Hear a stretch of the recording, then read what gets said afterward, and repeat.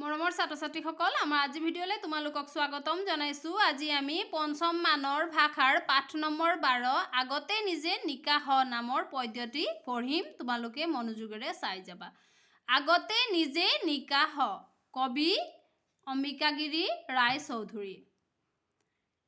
আগতে নিজে নিকাহ, আনক ধোৱাৰ আগতে ভাই নিজে নিকাহ, নিজৰ হিয়া মনৰ মলি ধুই পখালি ল, আনক কোৱাৰ আগখিনিতে নিজে সঁচাক, নিজ সত্যত নিজৰ ৰূপত দৃঢ়তাৰে ৰ, তেহে হ'ব হোৱা লোৱা কোৱা ৰোৱা ঠিক, জীৱন ভৰাই জমা হ'ব ধন সোণ আত্মিক।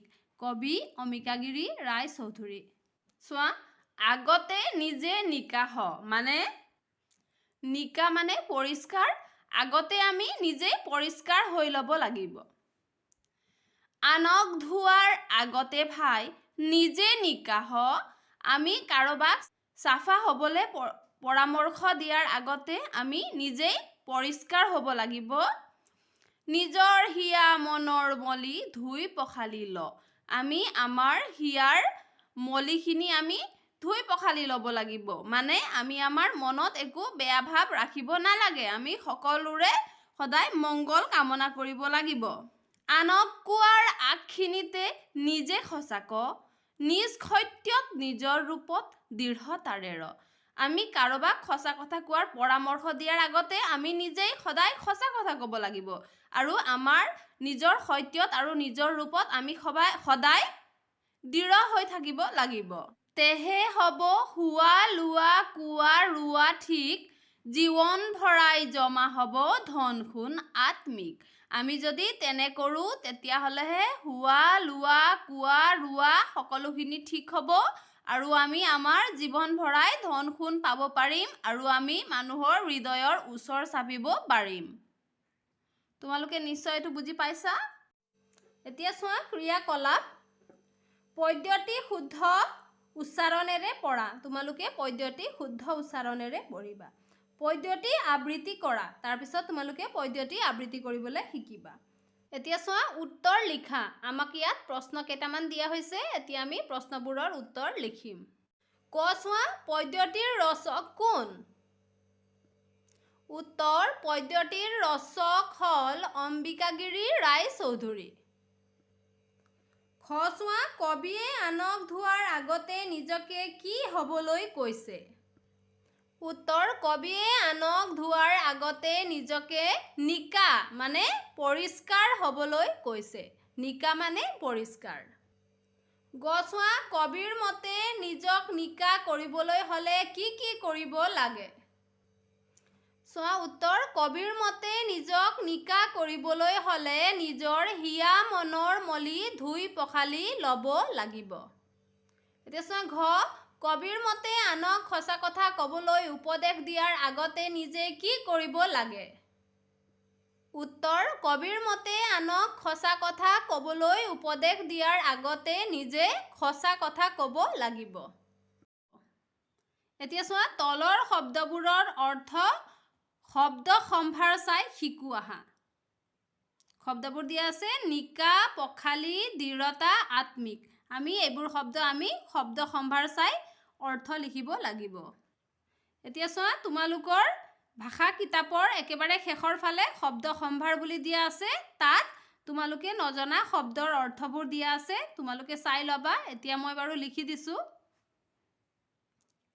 আৰু যদি তোমালোকে নুবুজা কিবা শব্দ আছে তেতিয়াহ'লে তোমালোকে শেষৰ ফালে চাবা, বিচাৰি পাবা অৰ্থবোৰ উলিয়াই। এতিয়া চোৱা নিকা, নিকা মানে হৈছে পৰিষ্কাৰ। পখালি, পখালি মানে হৈছে ধুই দিয়া। দৃঢ়তা, দৃঢ়তা মানে হৈছে কঠিনতা। আত্মিক, আত্মিক মানে হৈছে ইজনে সিজনৰ মনৰ ওচৰ চপা। এতিয়া চোৱা ইয়াত দিয়া আছে কবিৰ মতে জীৱনত কেনেকৈ ধন সোণ জমা কৰিব পাৰি লিখা। চোৱা উত্তৰ, কবিৰ মতে ধন সোণ জমা কৰিবলৈ হ'লে নিজে নিকা হ'ব লাগিব। হিয়া মন পবিত্ৰ ৰাখিব লাগিব। নিজে সদায় সঁচা কথা ক'ব লাগিব। নিজ সত্য আৰু নিজ ৰূপত দৃঢ় হৈ থাকিব লাগিব। এতিয়া চোৱা পদ্যফাকি বুজাই লিখা। ইয়াত আমাক পদ্যটিৰ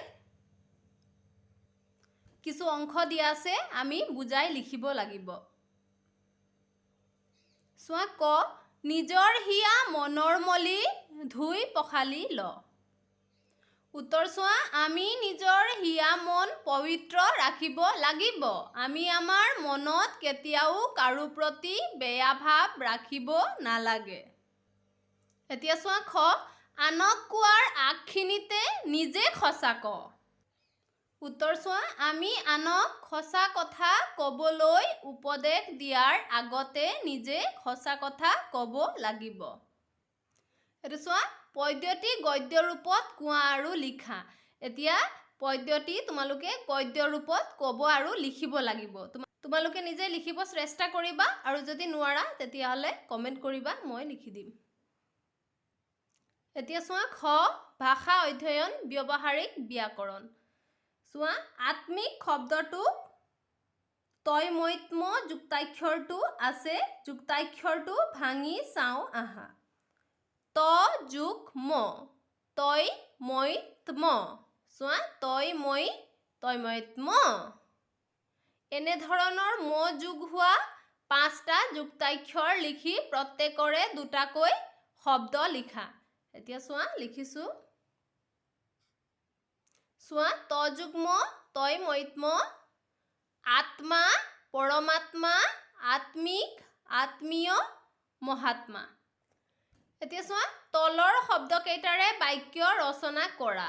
হিয়া মন ধুই পখালি দৃঢ়তা নিকা।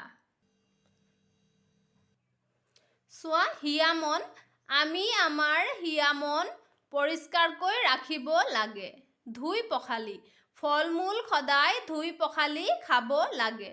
দৃঢ়তা নিজৰ সত্য কথাত সদায় দৃঢ়তাৰে থাকিব লাগে।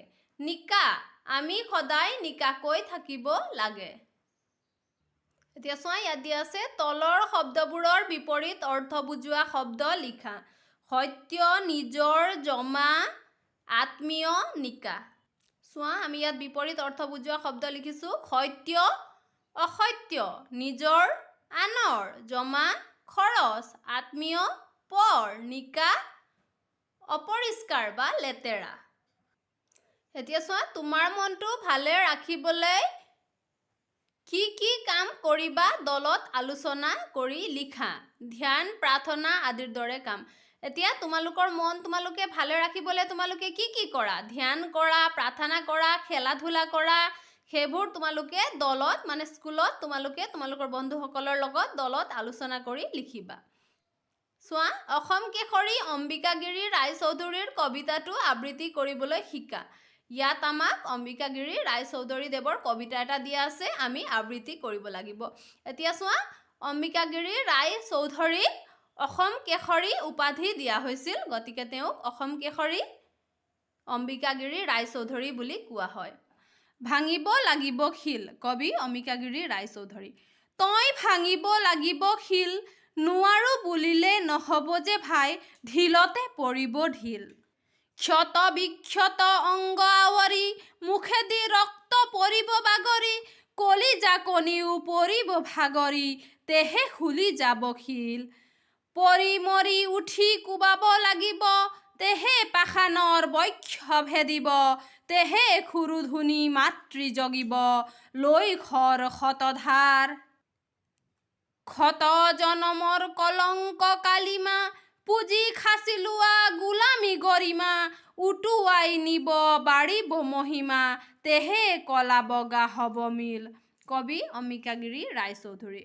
এতিয়া চোৱা ইয়াত দিয়া আছে ইংৰাজী 1921 চনত অম্বিকাগিৰি ৰায়চৌধুৰীয়ে তেজপুৰৰ জেলত থাকোঁতে এই গীতটি ৰচনা কৰিছিল। এতিয়া চোৱা ইয়াত দিয়া আছে কেতিয়াবা তুমি এৰাব নোৱাৰা পৰিস্থিতিত বাধ্য হৈ মিছা কথা ক'বলগীয়া হ'ব পাৰে, তেনে পৰিস্থিতিৰ বিষয়ে কোৱা আৰু লিখা।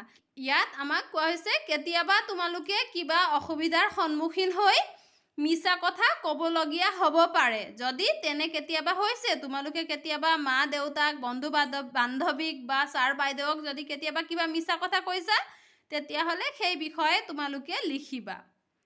ইয়াত চোৱা কবিয়ে কৈছে নিজৰ হিয়া মনৰ মলি ধুই পখালি ল। হিয়া মনৰ মলি কেনেকৈ আঁতৰাব পাৰি সেই বিষয়ে দলত আলোচনা কৰি কোৱা আৰু লিখা। এইটো নিজৰ হিয়া মনৰ মলি কেনেকৈ আঁতৰাব পাৰি এয়া তোমালোকে দলত আলোচনা কৰিবা, মানে স্কুলত তোমালোকে আলোচনা কৰি লিখিবা। আমি কেনেকৈ হিয়া মনৰ মলি আঁতৰাব পাৰোঁ? আমি বেলেগৰ প্ৰতি মনত বেয়া ভাৱ ৰাখিব নালাগে। আমি সকলোৰ বাবে মংগল কামনা কৰিব লাগে। আমি সকলোৰ ভাল হোৱাটো বিচাৰিব লাগে। সেই তেনেকৈ আমি মনৰ মলি ভাৱ আমি